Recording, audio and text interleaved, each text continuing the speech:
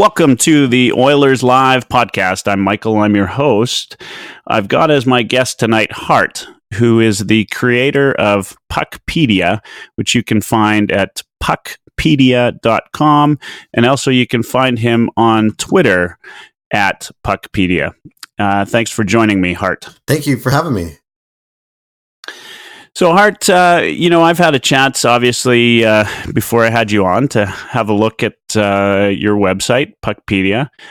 I just want to say it looks really great. I had you on because, I'm interested in the site. I'm interested in a few things about it. But first, what interests me is, tell me a little bit about your experiences with hockey, how you came to be a fan of hockey and kind of the foundation for what brought you here to create a website like Puckpedia. Okay, great. So I'm from Edmonton. So a typical Edmontonian. I started skating at 3 and playing hockey at 4, and played competitive hockey till I was about 13 and got to that stage where I'm sure a lot of people can relate where it for a little bit there, it just wasn't as fun. I was playing kind of almost every day, and I, quit playing, but kept my passion for the game still, just was kind of enjoying having some more free time. And then I got back into it, men's league, when I was a little older playing, but always stayed a big fan, been a huge Oiler fan as long as I can remember. And so, hockey's always been my kind of biggest passion, hobby. Sometimes I think to myself, it's kind of sad that I'm not interested in things really other than sports and hockey in particular.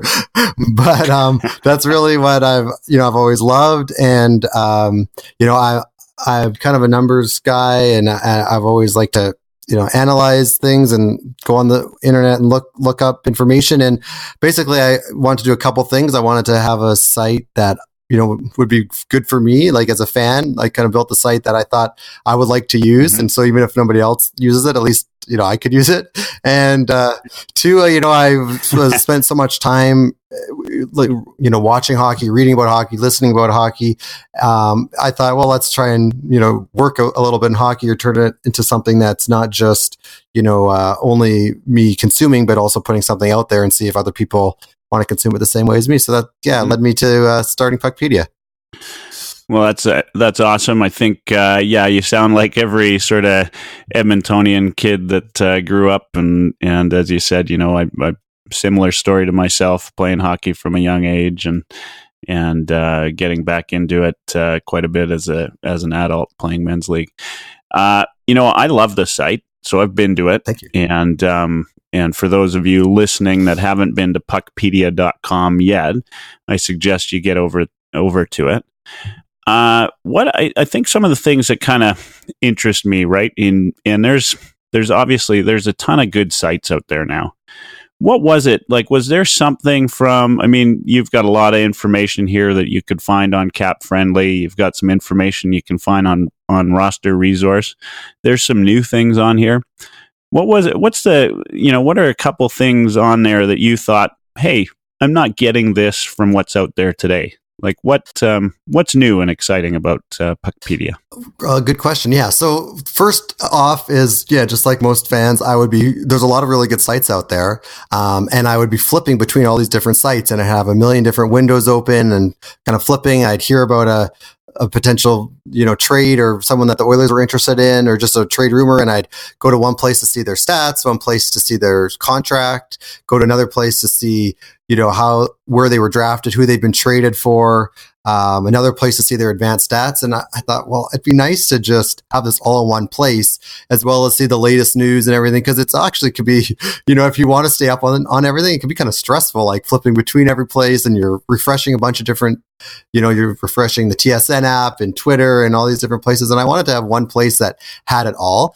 And I, to some extent, I was not expecting to have as much depth in some areas as a site that specializes in it, but I wanted to have a place where you have most of the those different topics I touched on in one place, or you could get started on it. That could be your place to start your day as a hockey fan. And if you want to go a little bit deeper, then maybe you go from there. But so on the site, we've got all the salary cap information that you do see in some places, but we try to present it in a little bit more. We're trying to improve the user experience and make it easy to digest and not feel like a giant spreadsheet or anything. And then we also have both basic and advanced stats. So, I haven't seen any place else right now where you can, where it's kind of mainstream in the sense you can look up salary cap information or just players' names or rosters, and you can see both basic stats and then a few advanced stats in a easy to consume way. So there's obviously sites that have a ton of advanced stats and are great. They're sometimes a little intimidating for someone that's not that into advanced stats. But if you want to just sort of get a quick snapshot, hey, this guy had 10 points. What's all the fuss about? But, look, his advanced stats look pretty good. Okay, I kind of get it now. Like that, that's kind of what we're going for.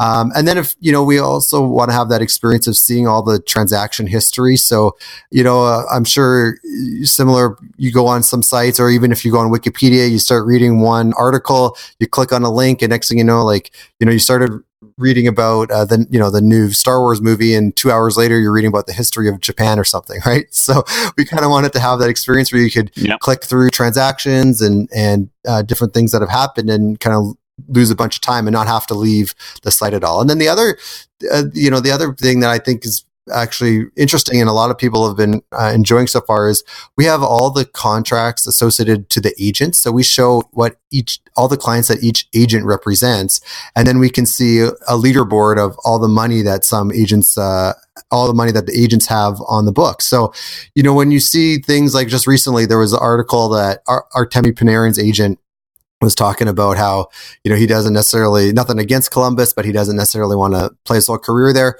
And if I was a fan of Columbus, the first thing I'd want to know is, oh my God, what other players on Columbus does this agent have? Like maybe he's not great at convincing them that Columbus is a wonderful place to play. So, there's not really as far as I can tell, there's no place else where you can just type in the agent's name or click on Panarin and then click on his agent and see his whole client list. So that's a feature that we've enjoyed. And then, seeing that Pat Brisson has $1 billion of contracts on the books, I think is pretty interesting with the Tavares signing. And I saw that too. And I guess just kind of finally, we also wanted it to be a place that's really interactive. So not just to see information, but to have some back and forth. So far we have the Ask the Capologist section where you can submit questions. And first you can look to see the articles that are already up there. But if your question hasn't been answered, you just submit the question, and then we'll get back to the person either directly, or we'll post the answer on the website and kind of build out a knowledge base. So you don't have to feel intimidated if you have some questions about the salary cap or the CBA. You have a place to get it out there and get some answers back. And then we have some other real interactive features coming over the summer, hopefully, that we'll be ready to unveil in terms of, modeling out rosters and getting some feedback and trying to see if you're a better general manager than your friend. So we have that under the Puckhead GM section of the site. And cool. We'll put some news out when that's ready to go. Yeah. Yeah, that looks good. I mean, I'm still kind of touring the site myself, but I did like the agent leaderboard. I thought that was kind of a neat little thing. I'll tell you one thing that really, I've got a couple favorite sites, probably like you did, and maybe you still do. The one thing that always bugged me is you go to a site and, I'm just looking at the homepage, landing page of your site right now. Latest signing, of course, Patrick Maroon. Maybe we'll discuss that later. But Patrick Maroon, right? And then, typically you'd go and you'd click on that, player, and quite typically, you never got any stats, or you didn't get any, you didn't get all of the things associated with that player. If you went to, a site that was, say, just about salary caps, you would just get the salary information, or you went to a roster site, you might not even be able to click on the player at all.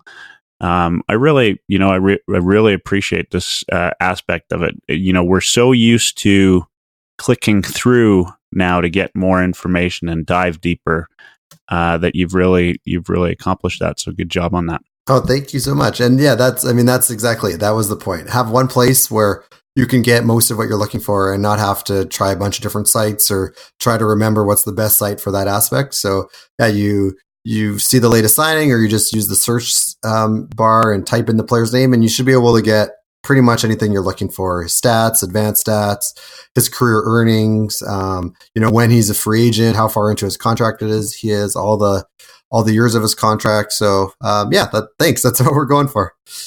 Yeah, no, I really love that aspect of it. I'm curious, as your knowledge of the game, just working on something like this, I know since I started the podcast, for instance, the amount of direct messages I get and people telling me little things that, I didn't know before, or just having to be a little bit more knowledgeable. My knowledge of the game and what's going on around it has increased tenfold. I'm sure there's some listeners who would probably dispute that, but what about you? How's your view of the game? Has it changed how you look at the game of hockey? It's definitely I've definitely learned a lot. I always was someone that I thought I knew a lot about the CBA and how the cap works, and would be the guy that my friends would ask questions from and things like that. But having to actually go through detailed sections of the CBA to make sure that our calculations are calculating right, and trying to write some articles and little info buttons that explain things in simple terms, that definitely increased my knowledge. And, we've only been up a little less than 2 weeks, but some of the questions that I've got from the people on the site, the users, have been really good questions that I thought I knew the answer, but then when you really look into it and you make sure that you can articulate the answer back, it firms up your knowledge a little bit. So, like I said, 2 weeks in, and I'm sure, a year or two from now, my knowledge will grow significantly just from, being into the details, trying to make sure everything's accurate, and then getting really, really good questions and feedback from people out there on the site. Yeah. Excellent. Yeah.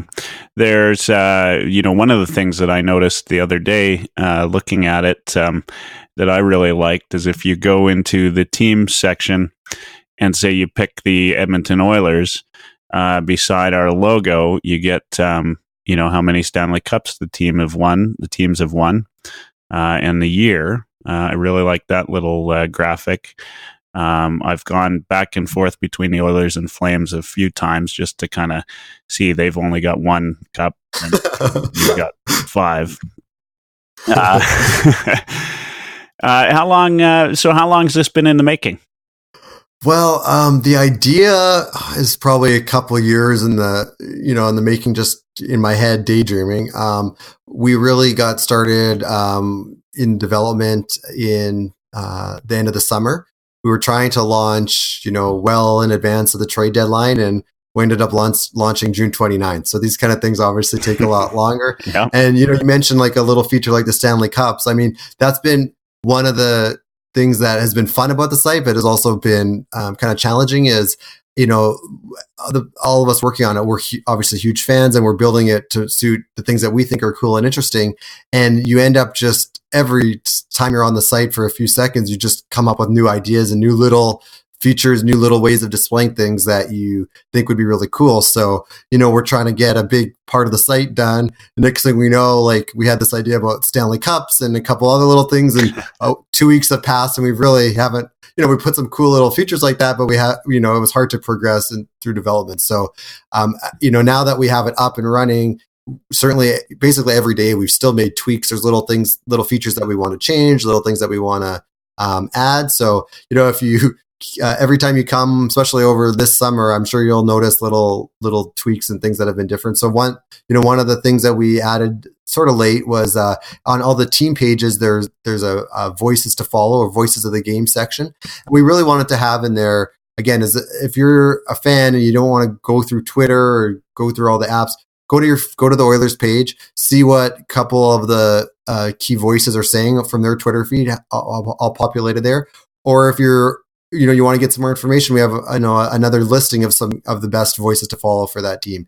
And that kind of came together kind of late, because we want to be the place where you go for all your news. So, we don't need to make up the news. We can refer people to the great sources. So again, that's also been a great place where we're getting good feedback from people on the site. There's a little button to suggest voices. And so every day we're getting really good suggestions, and we've been adding lots of new voices to each of the team pages.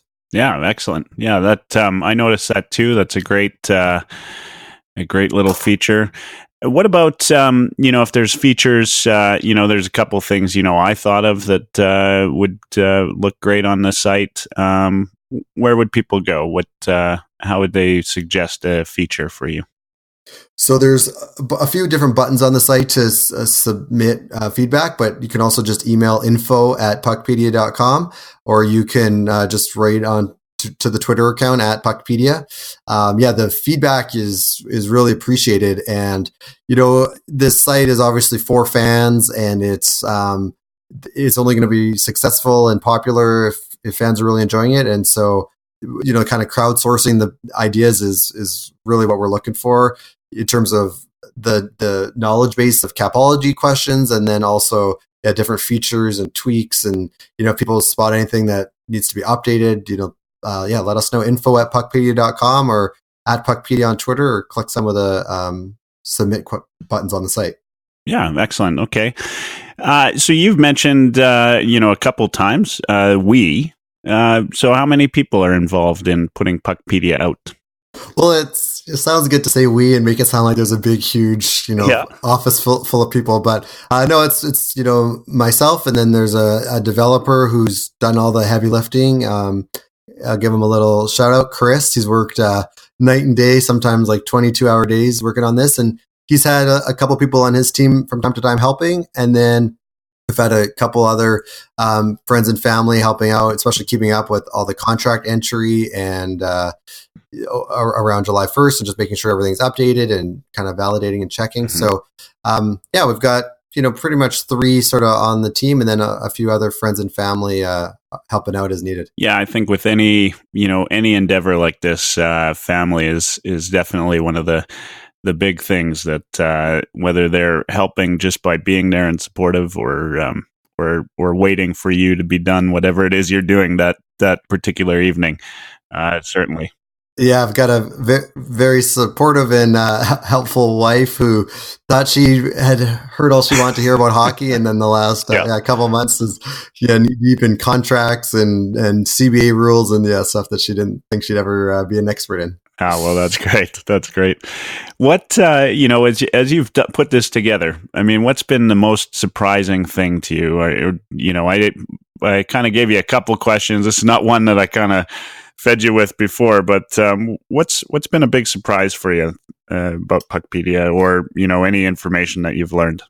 Well, the first was, I thought that the agent information would be kind of interesting and cool. I didn't expect it to get as much support and popularity as it has. So, the agent leaderboard is one of our most popular pages so far, and sort of getting the most action. And that was surprising. I thought, again, it was sort of a cool feature, but I wasn't expecting it to be as popular or as of much interest. And then sort of related, it's been kind of interesting too to see some of the agents reach out and say, hey, you're giving me credit for this client or that client, which is which is great. And it's good to now build out that network of agents. But it's pretty fun to see the agents reaching out and being a little competitive with each other, making sure that they're getting credit for all their guys. Yeah. No, that's absolutely one of my favorite things that I went on there for, and not something. Maybe there is another site that you can find that information. I wasn't aware of it.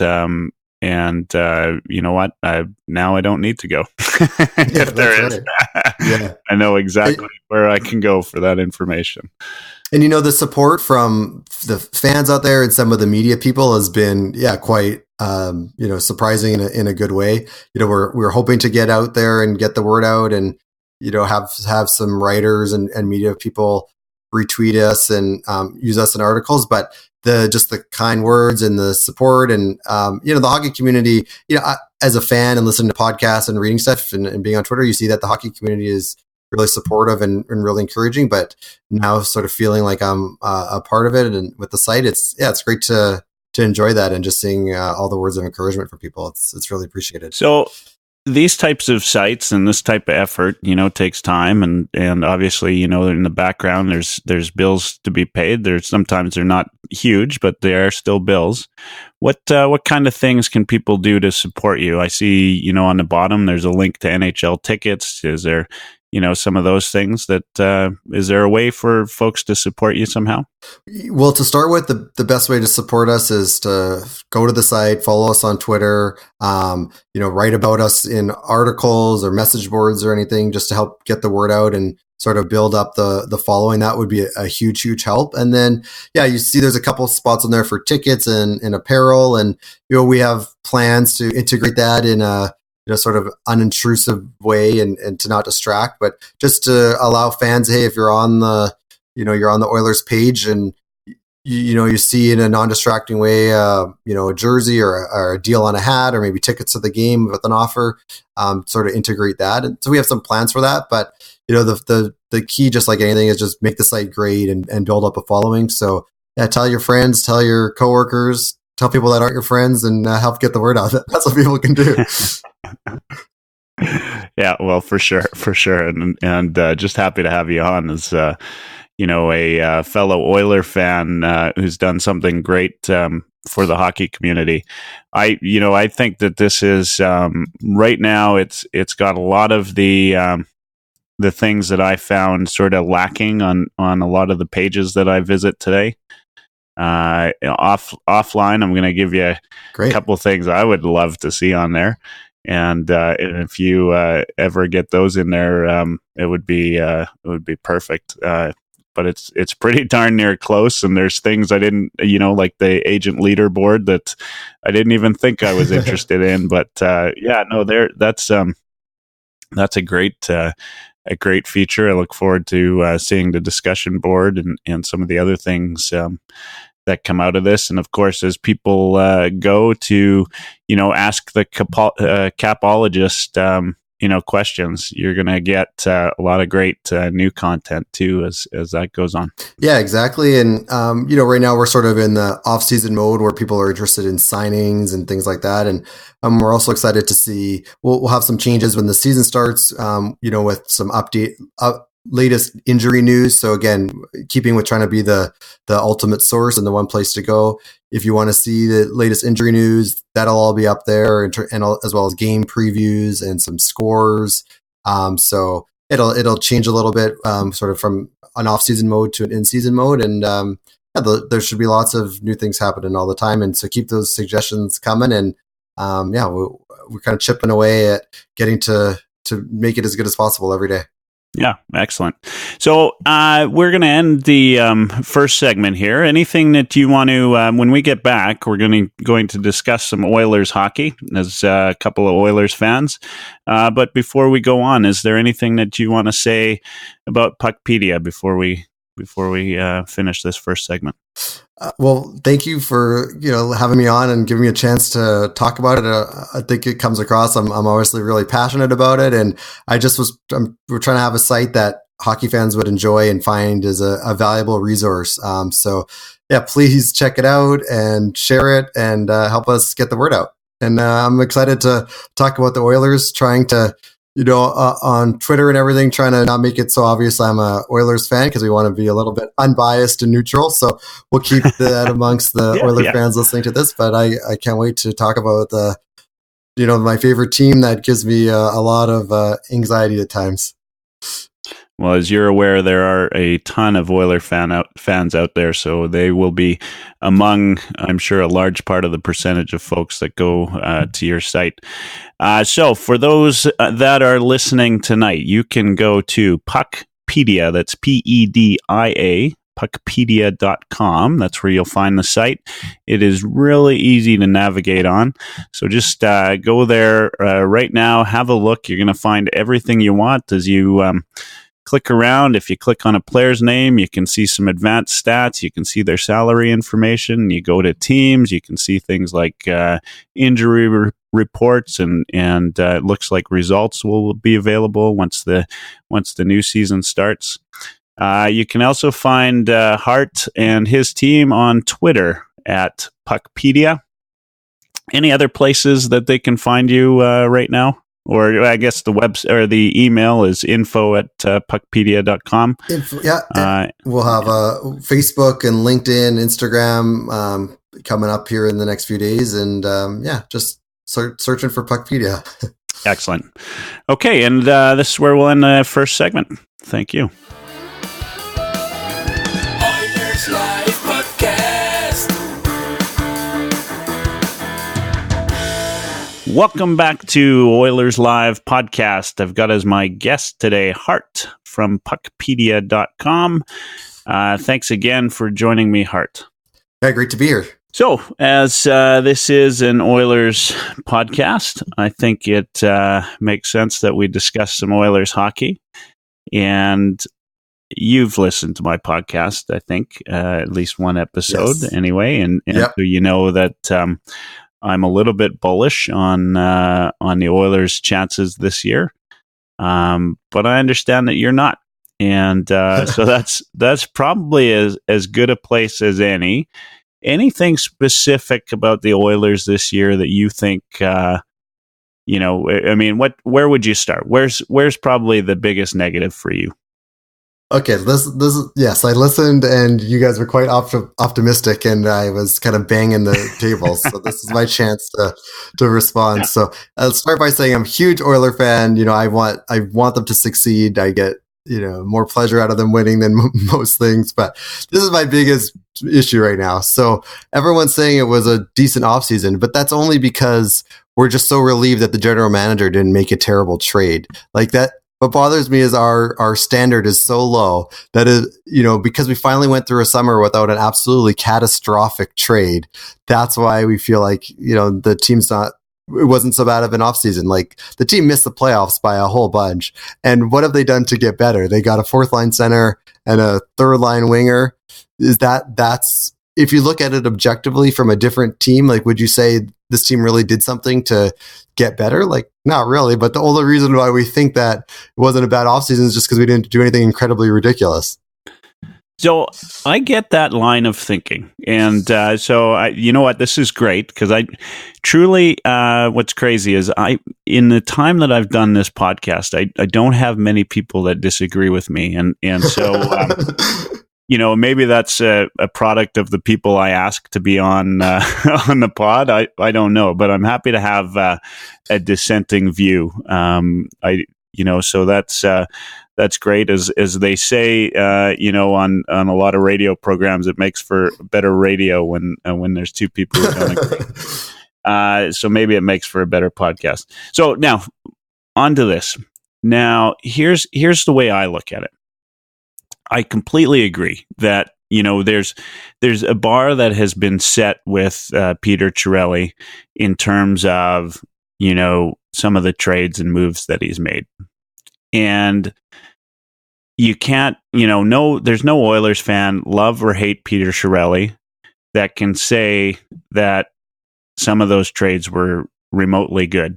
And Reinhart is probably the biggest mistake, and could potentially go down as one of the worst trades of all time for Oilers today. Yeah.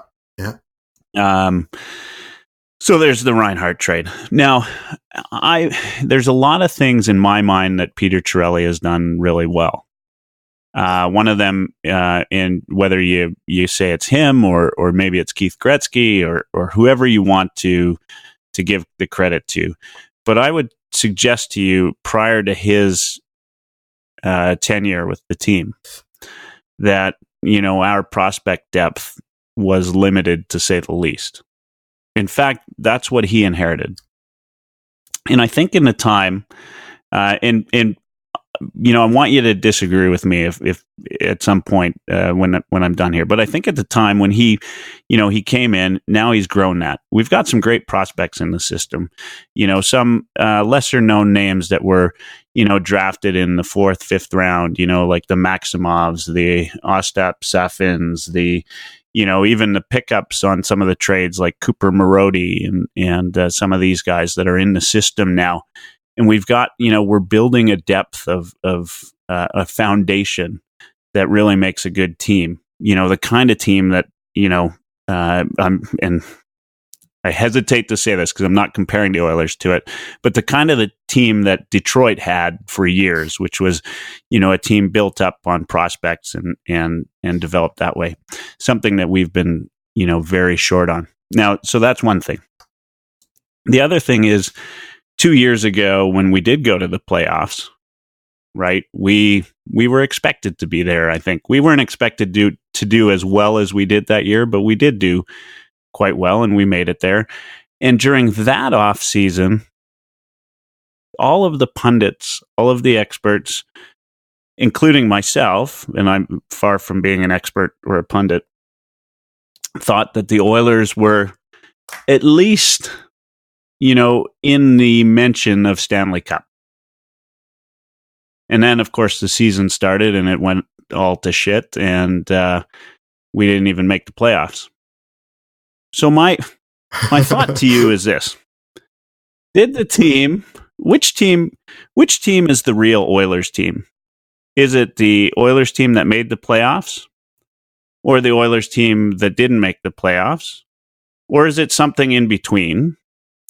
And then my next question, to those that, like yourself, that are quite negative on it, because, I think that you have some valid points. But how much in fact, this is something I'm working on right now to do an article on my own site. And I hate writing, so it could take me weeks to get this done. But what I've been looking at is previous history of teams and where they finished in terms of the median or the mean on power plays and penalty killing. And the Oilers, as we all know, were awful last year in the power play and awful in the penalty kill. And the year prior, they were top 5 in the power play. Now, I've only gone back 2 years, but it's clear that the teams that are in playoff contention have a good power play. Then with some outliers, 3 or 4 per year that are just below the mean, but the teams that are above the mean on power play have consistently been playoff teams. My feeling is, how can you have a team with Draisaitl, McDavid, Nugent Hopkins, even Lucic, who, you'd be as negative as you want about him. I mean, his power play numbers dropped off the face of the earth last year. I think, given that we got Yanni and we've got Gulletson, we've got Vivrios. I'll probably maybe get his name right by the end of the year. And, I was disappointed in having McClellan back, but he's back. But I think, he's got a hell of a coaching staff with him this year. How can we not have a better power play this year? How can we not have a better penalty kill? And if we do, isn't that what we were missing last year? And maybe I'm wrong. So anyway, that's my thought on it. And that's why I'm so positive about this, because I'm going into this season thinking last year was a blip. A lot of it, in my mind, is built on stubbornness from coaching staff. Playing players, underutilizing them or utilizing them in the wrong role. I'm hoping that Yanni and Gulletson can talk some sense into McClellan, right, in certain areas. And I think if that happens, I see us having this year where we're back to, I'd be happy with top 10 power play. And having McDavid on your team and not having a top 10 power play is a travesty, right? Yeah. And that to me is a coaching travesty. And if we don't have that, if we don't fix that this year, then you know what? I'm with you. I'm 100% with you. But if we fix that this year, I see us as a playoff team. So anyway, I've gone on for quite a bit here. What are your thoughts on that in terms of that method? I completely agree. We didn't change much. My point is, maybe we didn't. Maybe what we need to change is on the ice and utilization. So I think the obvious answer is which team is it from the last 2 years? Yeah, it's probably somewhere in between, right? So that means the Oilers are probably just get into the playoff kind of team. I'll say that. And for sure, the power play, how could it be worse? The penalty kill, how could it be worse? So yes, just without doing anything, those things will get better. Just without doing anything, they'll be better than last year. But we have the best player. The Oilers have the best player in the entire league. Another top I don't know, 10, 15, 20 player in Draisaitl, some other good pieces. And so, but just take Connor McDavid, the best player in the league. So is just making the playoffs and losing a round or two, losing in the first or second round, is that success? Shouldn't the bar be higher? Like the best player in the league by far and a couple other good pieces, like, isn't the whole goal to be a cup contender? Isn't that what the Oiler fans suffered for 10, now 12 years, is to not just, okay, we can be in the playoffs and get bounced out, but to actually be a cup contender. So yeah, they'll be better. And yeah, they'll probably just make the playoffs, but I'm very skeptical that they're a top team, that they're a serious threat to do anything. I would love to be proven wrong. Obviously I would love for them to be successful, but I don't see any objective reason for them to be a cup contender. And I see a series of poor decisions that, if we look at history as a guide to the future, there'll probably be some more poor decisions coming.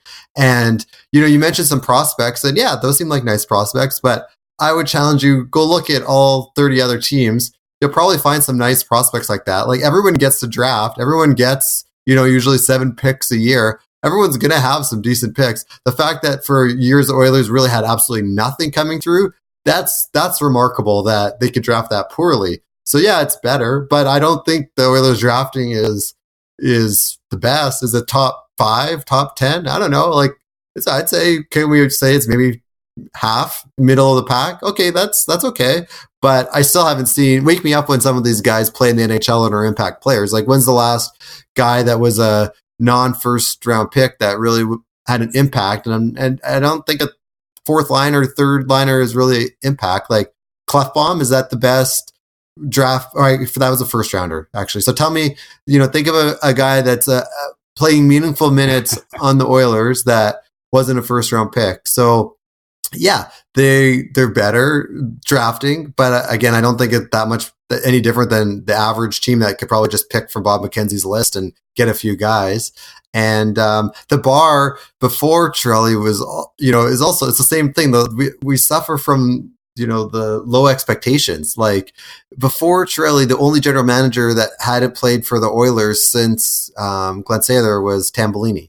So we're not talking about a Hall of Fame cast of general managers. So yeah, when Chiarelli came, I thought, hey, here's an actual professional general manager that has a bit of a resume and didn't just play the game, but he is educated and seems kind of sharp. He made one catastrophic trade with Sagan, but maybe he learned his lesson. But I just think, when someone shows you their abilities, you should probably listen. And we see some of these, just like you mentioned, just terrible trades. The Reinhart trade is bad. But, if you read, they weren't even going to take Barzal. They were going to take Svechnikov, who is maybe an okay player, but he's no Barzal. So what would have been worse? We made the trade like we did, or not making and passed on Barzal and took Svechnikov. I mean, they're both poor decisions. And then obviously the Hall trade, the Eberle trade just doesn't seem to make a lot of sense, and a few other things. So I get that.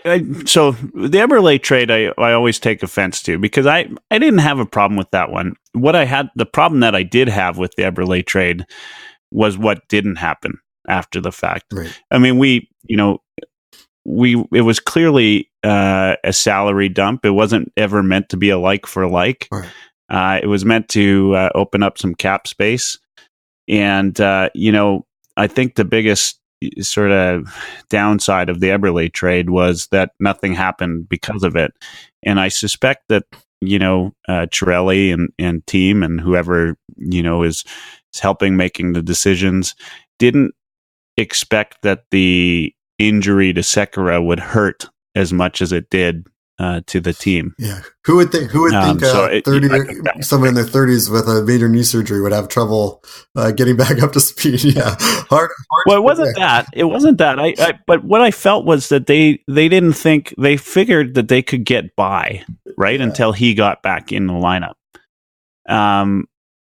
So like they didn't make a move. I can get that. Like I can understand that, because when Sekera was out, there was nobody that said, hey, this team, they didn't say this team's not going to make the playoffs. Nobody said that.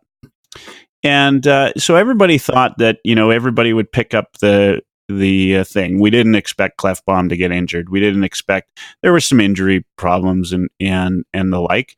And it's like obviously my favorite team to pick on is the Flames, but I don't think the Flames expected Matthew Tkachuk to be as big an impact player as he was. And so when he wasn't in the lineup, they practically tanked, right? And it was the same with Sekera. I don't think, at least this is my suspicion. I don't sit in their boardroom, but my suspicion is they didn't think he was as big an impact as he was on the blue line. In fact, I didn't think that, right? And so when he was out, I think we, expected certain people to pick up the slack a little bit. And I'll tell you who I didn't think would pick up the slack and did was Darnell Nurse, right? So there were a lot of, as there is every year, there are a lot of surprises, but probably the biggest was how much that affected the team to me. So that Strome-Eberle thing, now I'm off on a tangent. The Strome-Eberle trade to me is the one that, we can't reference.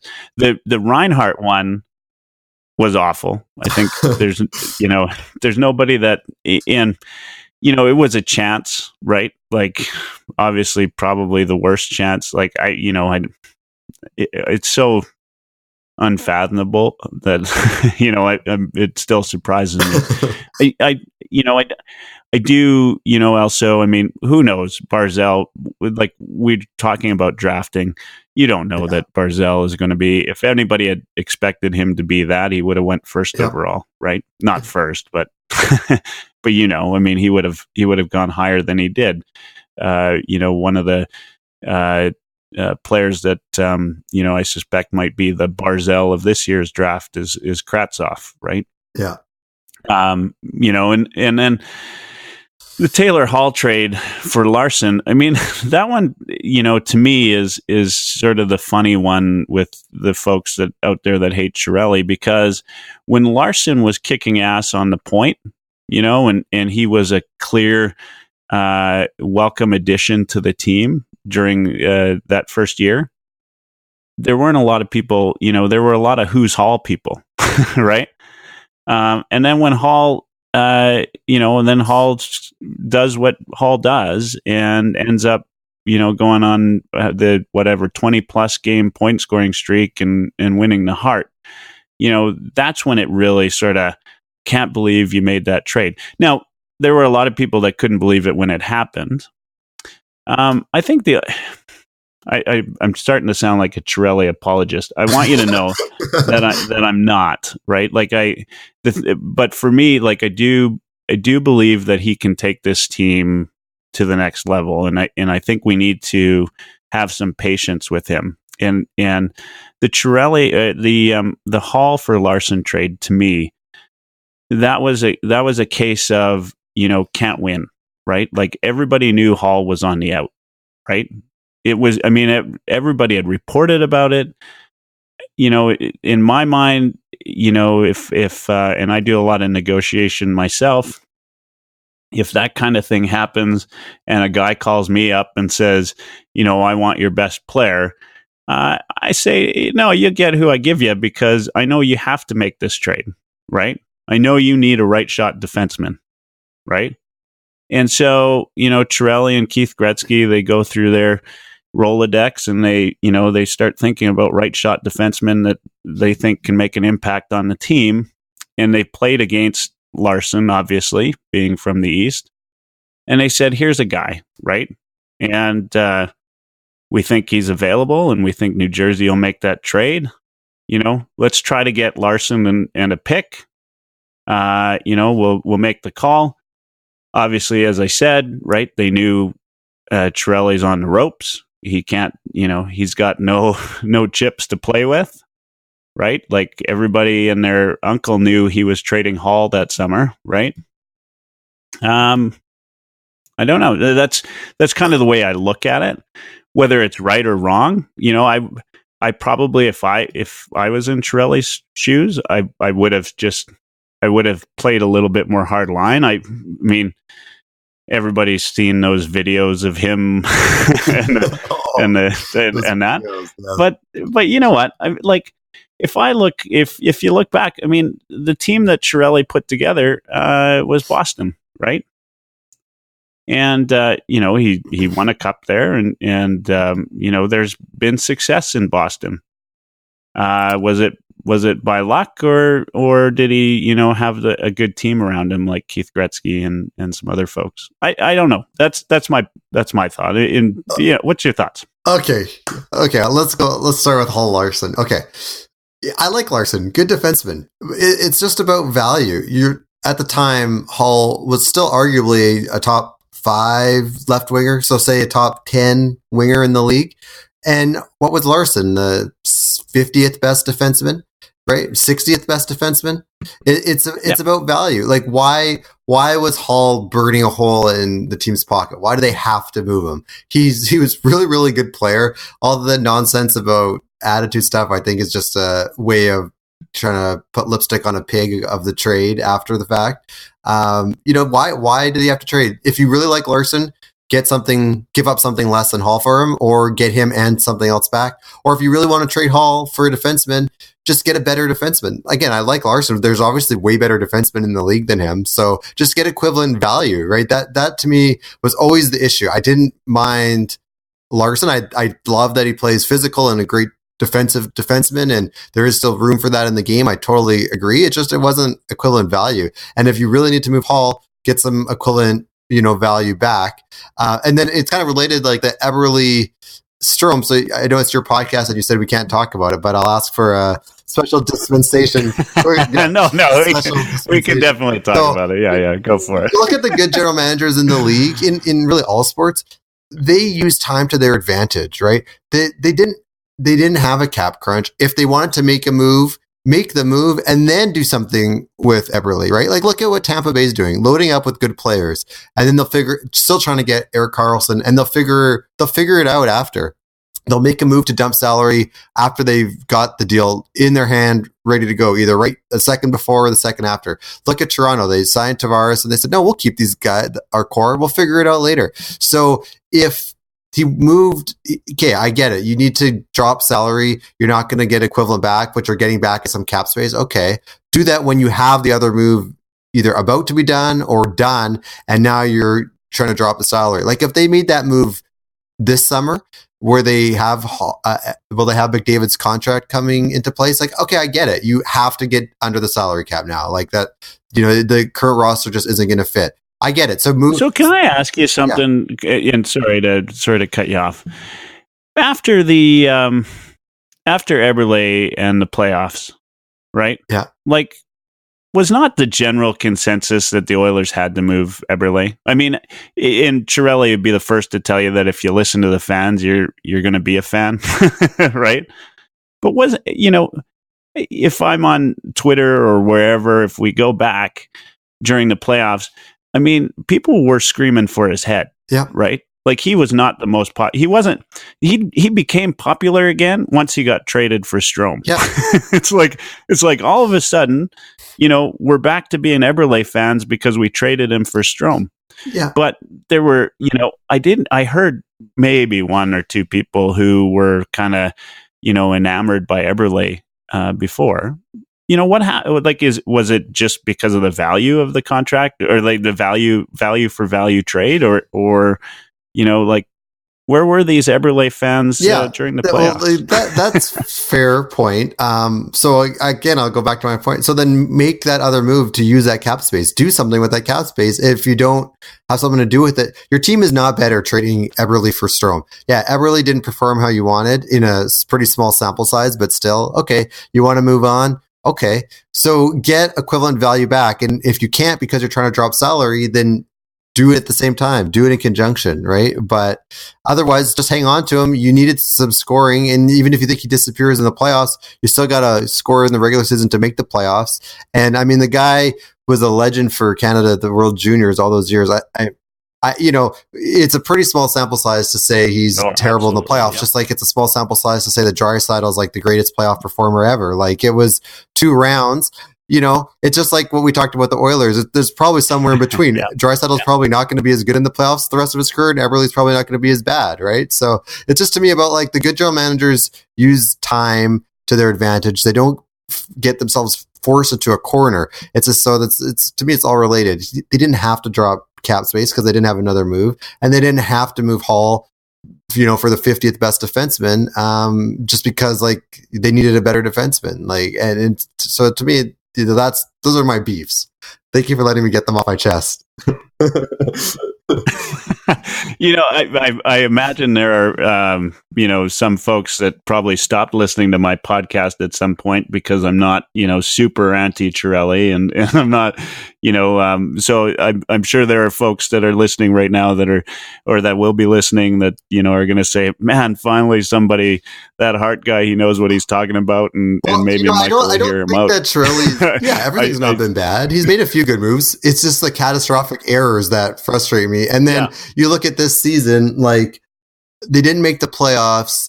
I get it. Don't do something stupid, but like try to make the team better. Like I don't think that Brodziak and Reeder, while decent signings, that doesn't really move the needle. So we're back to the exact same spot as before, where we're counting on Puljujärvi to have a good year and perform. We're counting on some of these young guys to take a step forward. We're counting on some of the guys that had terrible years to do better. And I get all of that, and I'm hoping for that too. But like, why not increase our we talked about, I kind of like stats and numbers. Increase your odds of being successful by trying to make a move or two that, is actually bringing in some difference makers into the lineup. And I know it's easier said than done. We're sitting here, on a podcast, and we don't have those jobs.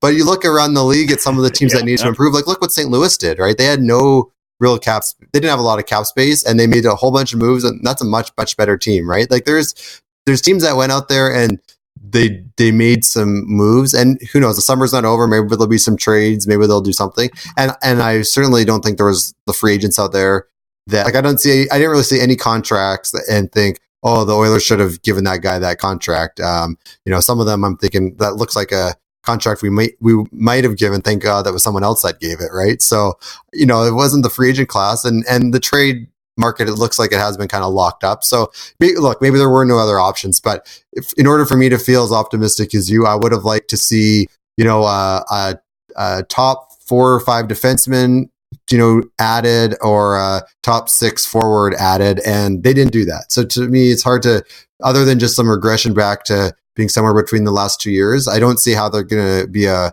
cup contender. And I think when you've got the best player in the league by far, you should be, any season where you don't go into it as a legitimate cup contender is you probably didn't do what you needed to do in the offseason. So I think those are all valid points. I mean, I am banking on, and I think Chiarelli and team, and finally, I applaud him this year for having some patience. I mean, you look at it as maybe not doing anything considerable to improve the team.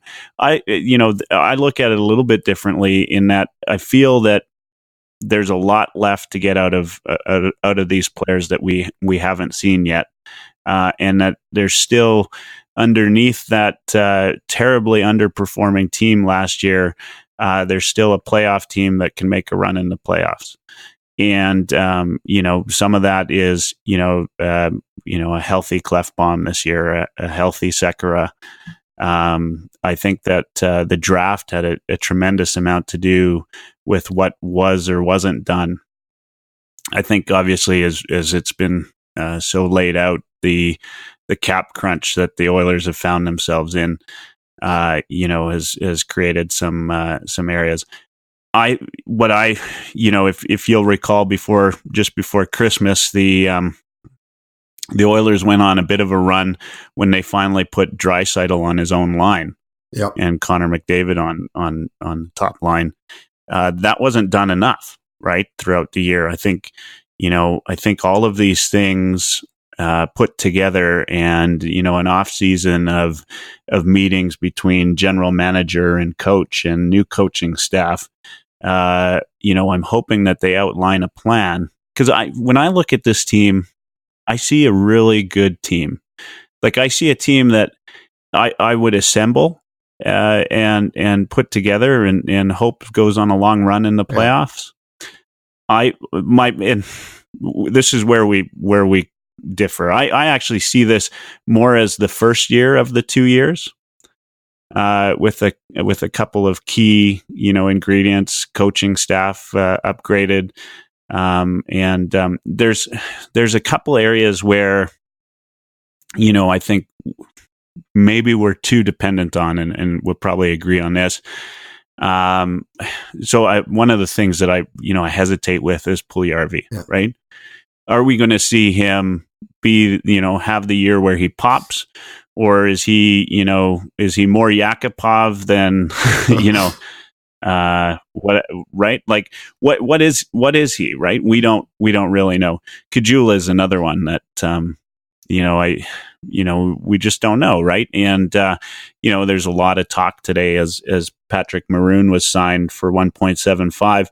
Why couldn't the Oilers do that, right? I mean, we've got actually, you're probably know this. I think there's a 10% sort of variance that you can go above the cap. Yeah. Right. And so, why didn't we go that route?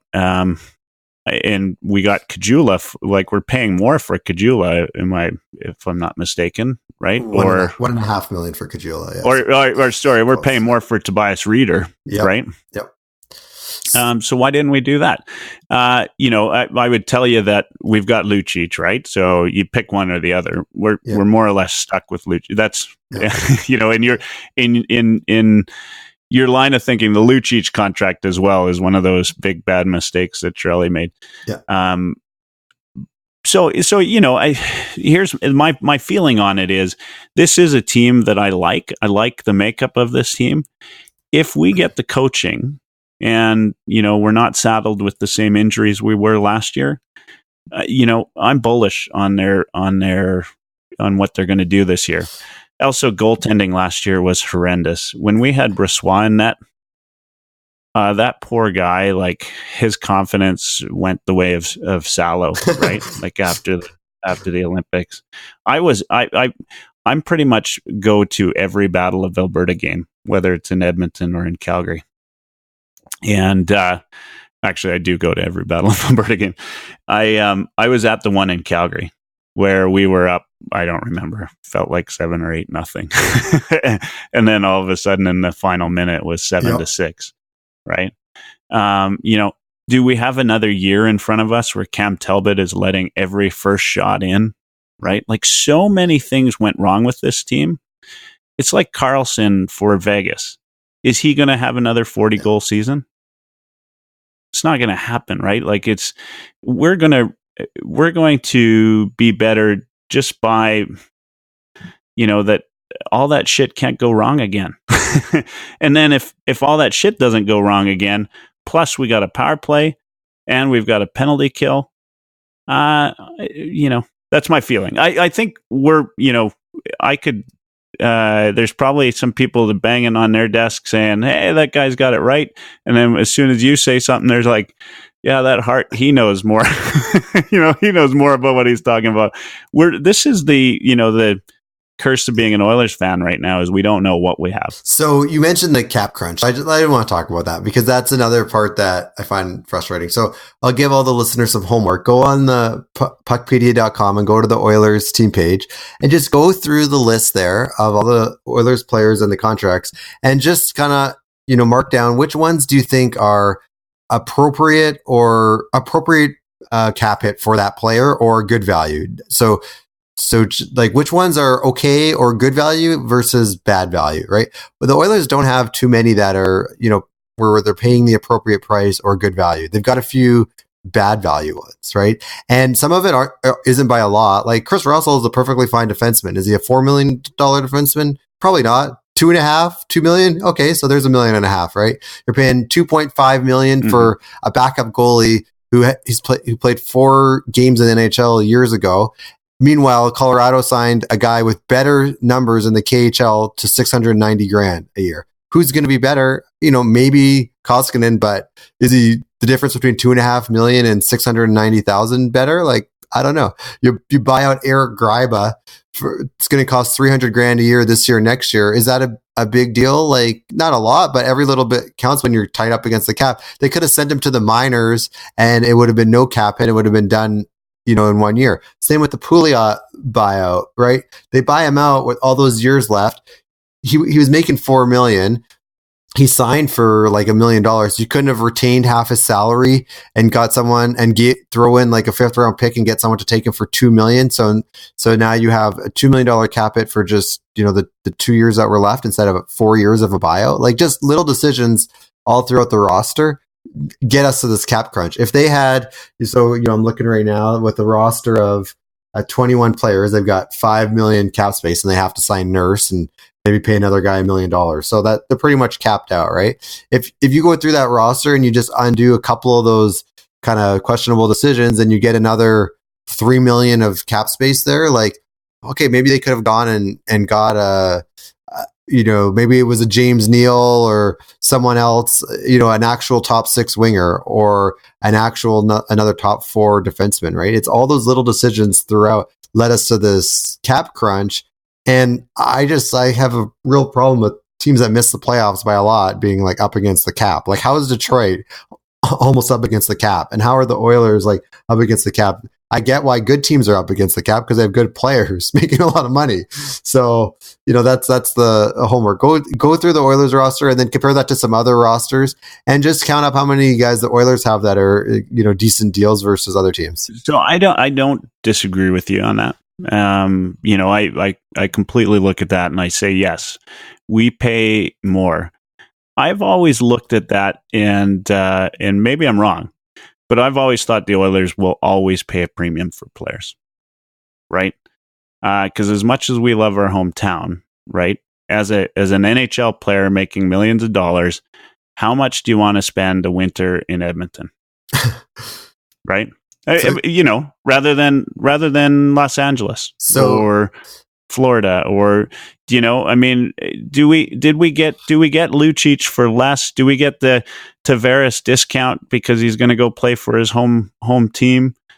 Do we ever get any of that here? Other than Connor McDavid, in my mind, is the only player that's ever really played for a discount in Edmonton in the last, 5 to 10 years.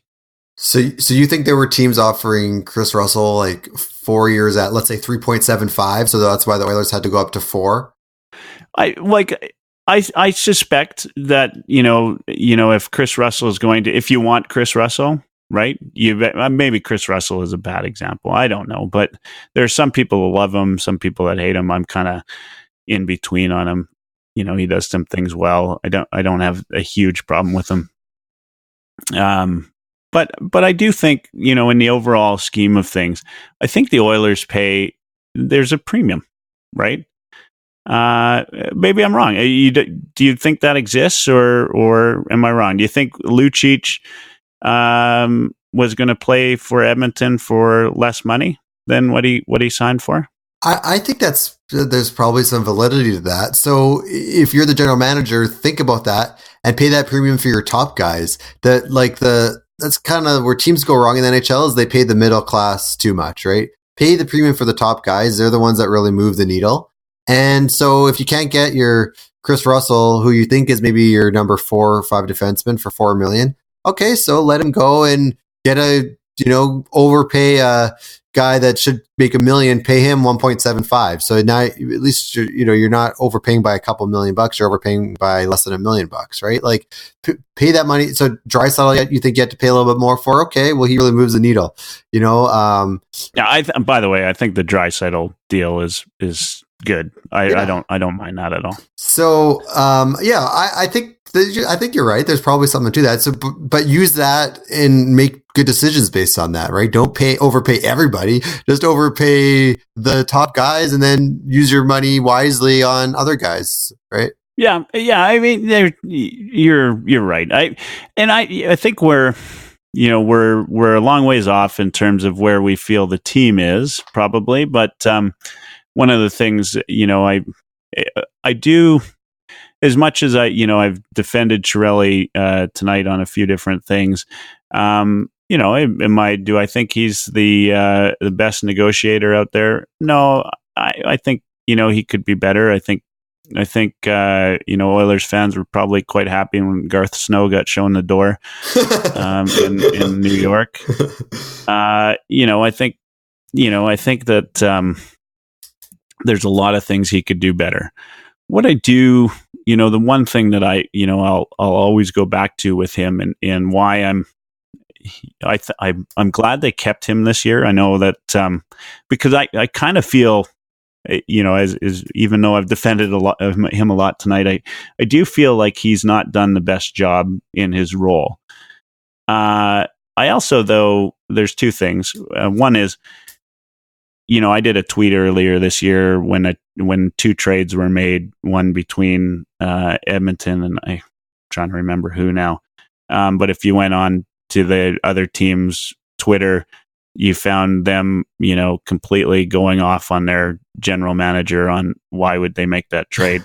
And then, of course, Oilers Twitter was the same thing. And so, in our microcosm here, the Oilers world that we live in, nothing's ever going to be good enough, right? Because we would do it differently, right? So that's one thing. And then the other thing with Chiarelli is, I feel like he, despite these, sometimes I kind of wish that he would just sort of, which is why I've been happy with the off season we've had.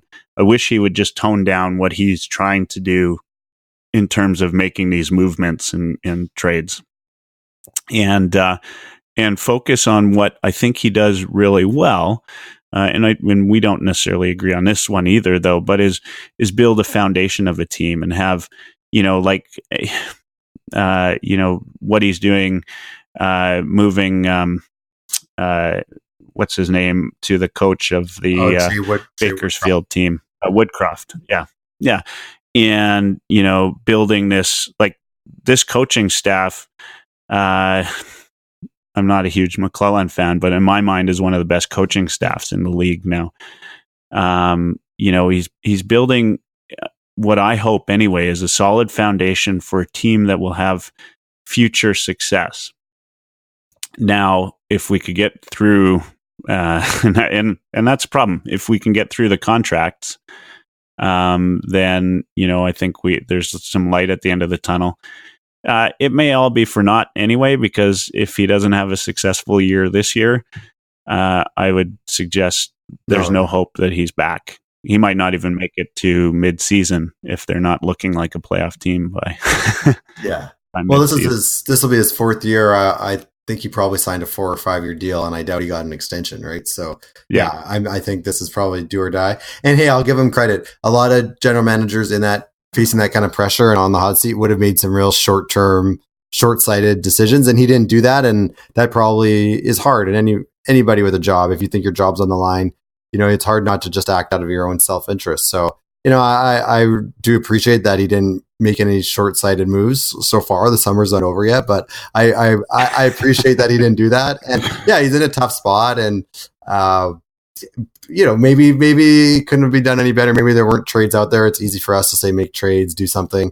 But again, I just kind of come back to, I would have liked to see some new bets on some young guys, like maybe take another team's, not a Puljujärvi, like that kind of high pedigree, but just, maybe other prospects that aren't quite tracking the way that they wanted to, and see if that's a good fit, or just some actual veteran NHL wingers that with a history of scoring would be nice. I also like to see a little bit of reason for, I guess I would say, a chance of increasing the likelihood of being successful versus what they have now. Because I agree, there's a chance that they're going to be a lot better. I would have just liked to stack those odds a little bit more in that direction. Can we agree on one thing, that the Connor McDavid, Leon Draisaitl 1-2 on center is easily at least the second best pairing of centers in the league? I mean, the fact that Tavares signed in Toronto, this does not make them the top two center pairs in the league. Yeah, I completely agree. I mean, I think you could. Draisaitl is really good. I think you put any center as the second center on the Oilers, and the Oilers still have one of the best top pairing centers. It's Connor's just that good, right? So yeah, that's great. But I'm really generally a positive person. I'm not trying to be so negative, but I sit there sometimes thinking like, oh man, could you imagine if they had Connor, Draisaitl and Hall and Nuge, right? And yeah, maybe they, instead of Larson, they ended up with a Demers or a $1 million defenseman or something that's not as good. But just think about what kind of a powerhouse team that would be, right? And that's where the league is going, right? Like you look at the Leafs, that's the kind of model they're building. You look at some of the other teams like that are out there. They're built with just some high-powered forwards, or even Pittsburgh. I mean, they won the cup with Letang hurt, right? High-powered forwards, and I think it's like those Bruins from 2011. They were built in a certain style of hockey, which I just think is not how it's played now. And I think that move for Larson and Russell and those kind of things, those moves would probably make sense in 2010, 2011. But where the game is now, you're better off trying to outscore the other team instead of kind of out-defend them, right? And it just, imagine how fun it would be to watch an Oilers game if you had Hall playing with Draisaitl and Connor and Nuge, right? I mean, that would be, then you'd be talking about top 6 up with anybody else in the league. And the Oilers' top 6 doesn't stack up to the Leafs, that's for sure, now with the wingers that the Oilers have. I think you're probably right there. So, one thing, and we'll probably call it a night shortly here, but if you were to make some changes, right? I mean, we're fans. We get the maybe we can do. You're going to have the Puckhead GM coming up soon on Puckpedia. What's the thing you would do for the Oilers if you're with what you have right now, and obviously we still need to sign Nurse. What would you like to see happen? I see a guy like Jeff Skinner out there who is super fast and skilled and gets a knock for being soft and all that kind of nonsense. Well, the Oilers have a guy like Lucic, they have Cassian, Larson, guys that are supposed to be tough. Like, I would love to see a guy like Skinner come in and give some speed and scoring on the wings. And how do you pay for that? Well, he's only got a year left, so maybe you can get Carolina to retain some salary. And if you have to then move out like a Russell or some of those other okay players that are just slightly overpaid and get some guys back that maybe aren't as good but are paid less, kind of like the equivalent of the Eberle for Strome deal, then I think that's how you can make that work. But I would love to see them get a faster, proven scoring top 6 winger like Skinner. Pacioretty is probably too expensive and maybe not quite fast enough. But some of those names that are been out there, wingers, I mean, that's the kind of move that I would like to see, and to pay for it by just moving out some of the contracts that are just like a little too much. So like even Cassian, I like his speed. I think he's great to have on the 4th line. But if you need to save $1 million by moving him out and replace them with someone that's making $700,000-800,000, then like that might be the kind of thing that you have to do. But I mean, I would think that a guy like Russell has a little bit of value. If you look at his contract structure, most of the money's kind of already been paid, so he's going to make less than his cap hit the next couple of years. So if you're trying to save some salary there, a guy like that might be someone you could move out. So that's the kind of thing that I'd like to see. Go get a scoring fast winger. So obviously, Chiarelli has indicated through his presser and whatever that he's still looking for a winger. Or a forward. Actually, he didn't say winger specifically, I don't think so. So something like that may still happen.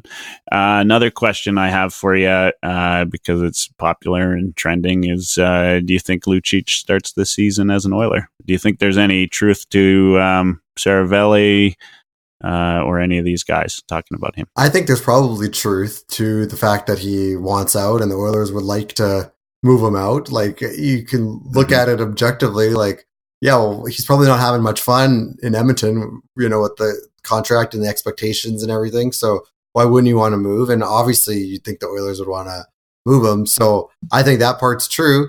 And I also think he's probably going to start the year on the roster, because I don't think that they're going to be able to move him without having to really attach a premium asset. And I agree, it doesn't make sense to pay a premium to move him. Like, if you can move him and give up like a 3rd round pick or like a B prospect, then that's probably not a bad idea. But I don't see that move out there. To me, if he was going to move, it would have been, July 1st or 2nd after his big bonus was paid, and now he's not owed that much money. You can look up his contract structure, but he's another guy that's going to make a lot less than his cap hit the rest of the way, especially after his bonus was paid on July 1st. So if he was going to move, I would have thought he'd be gone already. But yeah, if they can move him out and not give up too much, I think I have to say, I always liked Lucic quite a bit, and I thought the contract was abhorrent, but I was pumped to have him on the Oilers. He's a great, he brings a lot of passion, and as much as I like stats, I do think that hockey is based on intensity and passion and physical play, a little bit of intimidation, clearing some space out for guys. So I was pretty happy with how his first season went, and actually he had a good first half of the season last year too, right? So there's got to be a little bit more there. So I wouldn't pay a huge premium to get rid of him.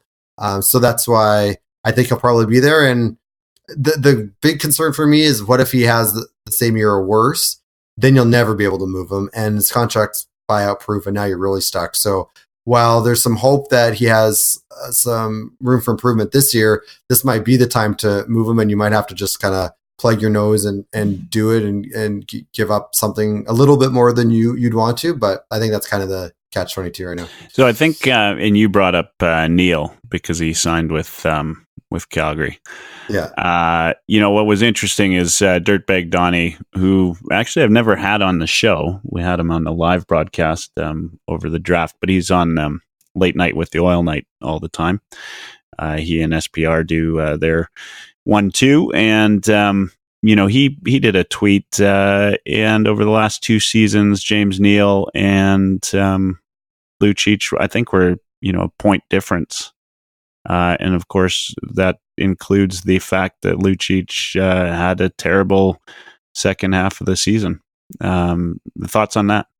I mean, I completely agree. I mean, Lucic has got to be better, but are we being overly hard on this contract, or is this? I think the hard part is the buyout, right? Is that there's no? But what's your thoughts on that? Or is the James Neal contract? I think we're being sufficiently hard on the contract. It's the term. The $6 million actually.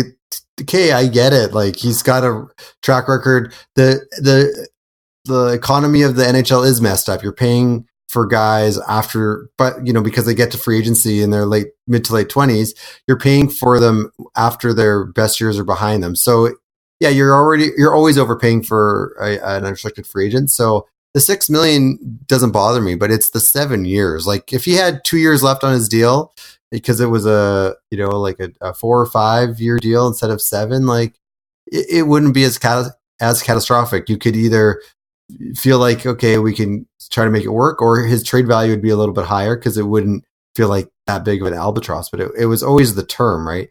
Neil, I think that, that's a lot of, again, the money I don't think it's crazy, 5.75, but 5 years for a guy that is now 30 years old, turning 31 in September.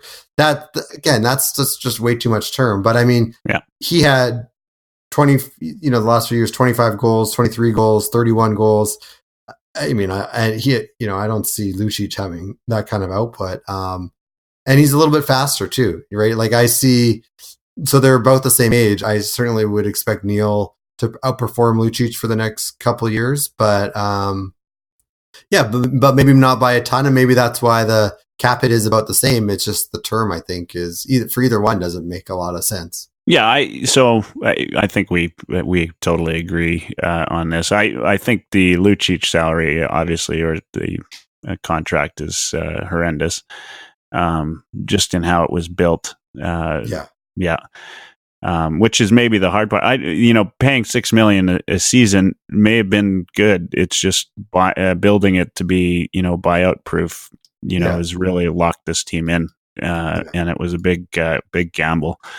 I don't know if it's the same. It's not the same structure with the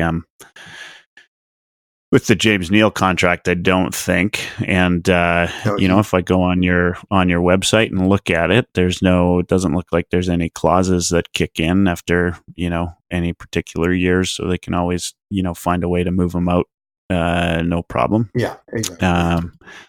But I wouldn't. I think it's an overpay, just like Lucic. And I'm not trying to pick on the Flames. I'm just trying to pick sort of a comparable that. And the tweet was interesting to me. In terms of production, I mean, they have relatively similar production. They're the same age and getting paid about the same. Obviously, the view is somewhat different. The James Neal signing was celebrated somewhat. If you ever listen to Calgary sports radio, it's so different from Edmonton sports radio. You'd think that everybody here was employed by the Flames. Like they don't say anything bad. It's like, it drives me nuts. They everything that Tree Living does is, the best thing ever. And whereas on whether it's Low Tide or even Stauffer, and he is employed by the Oilers, he'll get on, the odd time he'll say, that's maybe not how I would have done it. And I get, I get that he's not going to be super negative, because why would you be? Let me give a quick one on the salary. Flames. So how does Derek Ryan get paid more than Riley Nash? That one. When I'm at, we're trying to keep the site updated on July 1st, and I had to stop for a second. I'm like, wait a sec. Did I just read this right? How is Derek Ryan, both free agent centers, one's 31, and, and let's see, Riley Nash, how old is he now? He's 29. Riley Nash had 41 points, right? And Derek Ryan had 38. 38, but I mean, one's a fourth line kind of plugger, got into the NHL late, and it's got a little bit more skill, can play with skill guys. And I mean, it just seems strange to me that. So it's obviously a Bill Peters thing, right? And and here's the other. Maybe we should pick on the Flames. Maybe I don't do it enough on here. But here's something that I find kind of interesting is that the Flames have taken a coach that didn't make the playoffs. Yeah. And now they're starting to take a team that didn't make the playoffs. Yeah. And everybody here thinks Free Living's a genius for doing it. And I put a tweet out there that I thought it would be more popular because I thought I was being quite witty, but it seems the ones that I don't expect to do well do really well, and the other ones. Anyway, I quoted the dodgeball thing. It's a bold strategy, Cotton, but let's see where it goes. Anyway, I mean, like to me, it just seems like backwards thinking, but like any coach, I guess you have your guys that you think are going to do well, and you're right. That Derek Ryan thing was odd. I mean, so 3.125. I guess that's the same money as Strome. Who would you rather have? Like Strome's younger, a little bit quicker. I think that's one where I'd say the Oilers' third line center prices decision is probably a little bit better, right? The other, I guess from a Flames perspective, with kind of the Bill Peters takeover, I would just hope that they don't try and get the Hurricanes goaltenders, right? Because that's one if you kind of go down that looking up stats rabbit hole. It's amazing to see how goalies their numbers just crash as soon as they go to Carolina and play under Peters. It's quite something. So I'm curious to see how Mike Smith does. Yeah, I'm not. I suspected Mike Smith would not be able to play the season that Calgary expected him to play, and I was right. I suspect more of the same from him this year. His history as a goalie is he's great when he's not playing 80 games, right? And I just don't think I think he's too old to play that kind of role as a goalie, right? And I just don't see him doing great. I think that if the Flames have a spot that they're going to be sorely wanting on this year, it's in goal, and and I have a lot of respect for Smith as a goaltender. I don't think that he can handle the kind of play that they're going to need him to play. Yeah. So interesting. I do try not to be too anti-Flame on this on this podcast. I try to keep it more to the Oilers, but there were some interesting things, but this speaks to a lot to if you're in your little world of Oilers, you're going to be negative GM, right? Whereas I know a lot of Flames fans that are negative towards Trey Living. The media, on the other hand, aren't, but the fans are. Some of them would like to see him gone. And the same could go for with. There are some exceptions. Stevie Y is, he's a genius, and he learned from geniuses. Yeah. Doug Wilson, obviously. Yeah, Doug Wilson. And so those guys. There's not much you can say. Their record sort of speaks for themselves. The foundation that they've built. I guess this year we're gonna find out. Yeah.